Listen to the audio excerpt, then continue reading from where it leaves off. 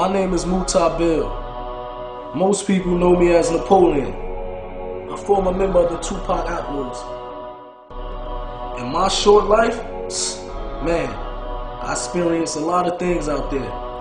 Flown on private jets, albums that sold over 40 million copies worldwide, shootouts, street fights, club fights, whatever you name it, been there, done that. Man, I experienced the ups and downs of this fast life. So I want to share with you my story, this Napoleon, life of an outlaw.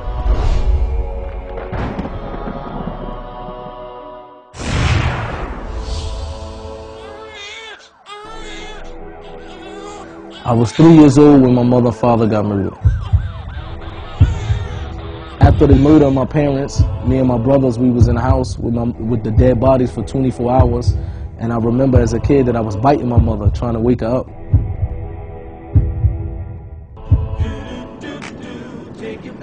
I grew up in the house with my grandparents after the death of my mother and father. So whatever I would see out on the block, drug dealing or whatever, I would go in my room and I would write a song out of it. You know, it was a way for me to relieve whatever was inside of me. I was able to put it on paper. All I can remember all his life, he loved rapping. And I remember the first time I met Pop, man, he asked me to rhyme for him.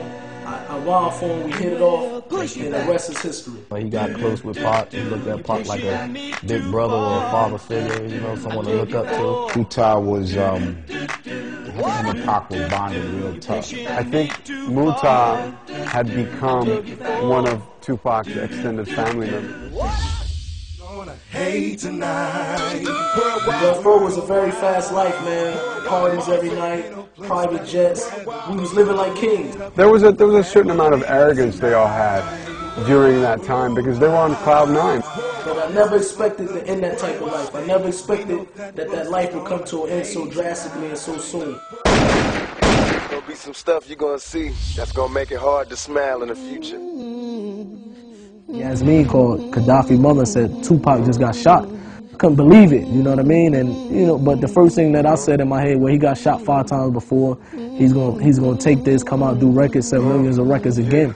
But when I actually saw him in a hospital bed, to me, I knew for right there that it didn't look like he was gonna make it. You know, and Pac loved him, and them two was bonding. So I know it affected him real hard. Once again, Tupac Shakur dead at the age of 25. It was a time when I was in the music industry and I had 3 houses at one time. Money was coming in, but I didn't have much inner happiness, you know what I mean? I didn't have the happiness inside of me. So I knew that it had to be something else out there that could bring happiness besides money, jewelry, cars, and fame. Because once you get to a certain level, you start searching. And what I did is I turned to experiment different drugs, and I turned to drinking alcohol real heavy. He was always liquored up. He was always liquored up and smoking weed. I seen him wild out with the girls, wild out drinking alcohol, getting drunk, fighting. And I happened to one day be in a recording studio, and I was very intoxicated.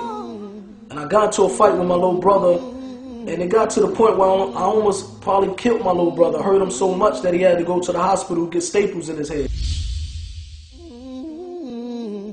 And it happened to be a Muslim brother who was in the parking lot, and he broke the fight up. He calmed me down. He came and spoke to me. I said, imagine tomorrow waking up sober and realizing that you killed your brother. How would you feel about that?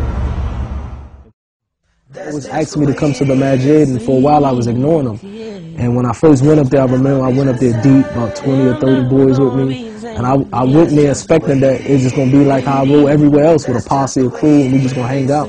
But when I went there, that's when I seen something different that basically inclined me to want to know more about what these people was upon. That's what changed my life ever since then.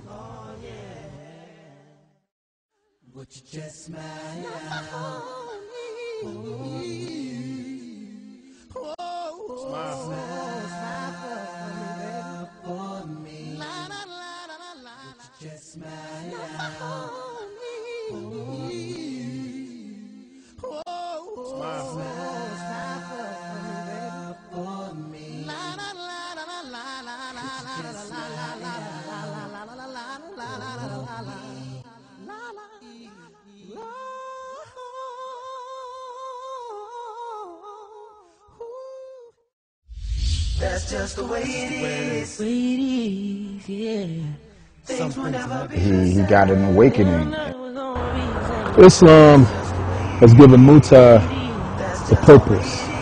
Overall, man, my brother, he's a different person now, man.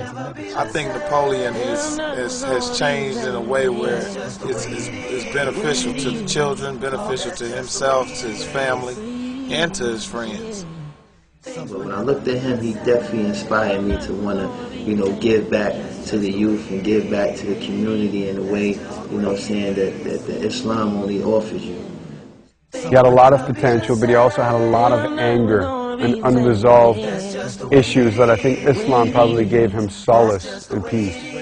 Mutar is a good brother, and personally, I'm striving to be more like him.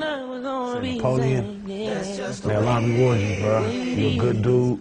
You're ahead of your time. You're a leader and a sign for all of us. And, I'm going to ride with you to the wheels fall off. Words to me, a little homie, young little big H rider. Salam alaikum. Things will never be the same. They're never gonna be the same. Yeah. That's just the way it is. Oh, yeah.